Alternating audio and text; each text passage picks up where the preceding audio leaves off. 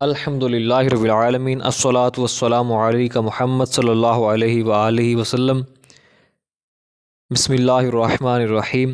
شہر رمضان الذی انزل فیہ القرآن ھدی للناس وبینات من الھدی والفرقان فمن شہد منکم الشہر فلیصمہ، صدق اللہ العظیم۔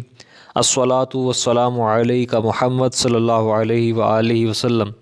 اللہ کریم نے اپنے پاک کلام میں فرمایا، ماہ رمضان وہ مہینہ ہے جس میں قرآن پاک نازل کیا گیا، اور قرآن ہادی ہے انسانوں کے لیے، اور کھلی نشانیاں ہیں ہدایت اور فرقان کی۔ پس جس پر رمضان شریف کا مہینہ آئے اسے چاہیے کہ روزے رکھے۔ سبحان اللہ۔ رمضان رمضان سے مشتق ہے، جس کا مطلب ہے جلانے والا۔ حدیث مبارکہ ہے، رمضان کو رمضان اس لیے کہتے ہیں کہ یہ گناہوں کو جلا دیتا ہے۔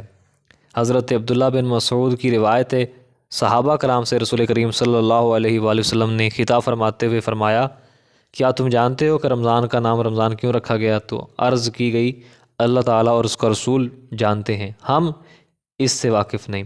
فرمایا، اس لیے کہ جو رمضان میں عذر و ایمان کے ثواب حاصل کرنے کی غرض سے روزہ رکھے، رمضان اس کے گناہوں کو جلا دیتا ہے۔ انیس الواعظین۔ اس میں 5 حروف ہیں اور ہر حرف میں ایک اشارہ ہے۔ را میں پروردگار کی رضامندی، میم میں اللہ تعالیٰ کی محبت، ضاد میں اللہ تعالیٰ اپنے بندوں کا ضامن ہے، الف سے اللہ تعالیٰ کی الفت، اور نون سے اللہ تعالیٰ کا نور مراد ہے۔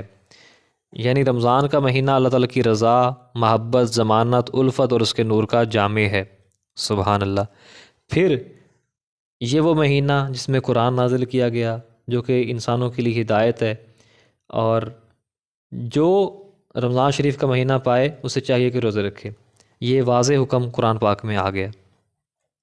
جو شخص رمضان شریف میں ایک ہی روزہ رکھے، اس کے ساتھ ایک حور عین کا نکاح کر دیا جاتا ہے، اور یہ حور ان حوروں میں سے ہے جو موتیوں کے خیموں میں پوشیدہ ہیں۔ اللہ تعالیٰ نے ان کی تعریف یوں کی ہے سورہ رحمان میں، حور مقصورات فی الخیام۔ ترجمہ، خیموں میں حور پوشیدہ ہیں۔ سبحان اللہ۔ روایت ہے کہ رمضان شریف کی عظمت کرو جیسے اللہ تعالیٰ نے عظمت کی ہے۔ اس پر حضرت مجاہد رضی اللہ تعالیٰ عنہ عمل فرمایا کرتے تھے اور کہتے تھے کہ رمضان آیا نہ کہا کرو، شاید کہ یہ اللہ تعالیٰ کے ناموں میں سے ایک نام ہے۔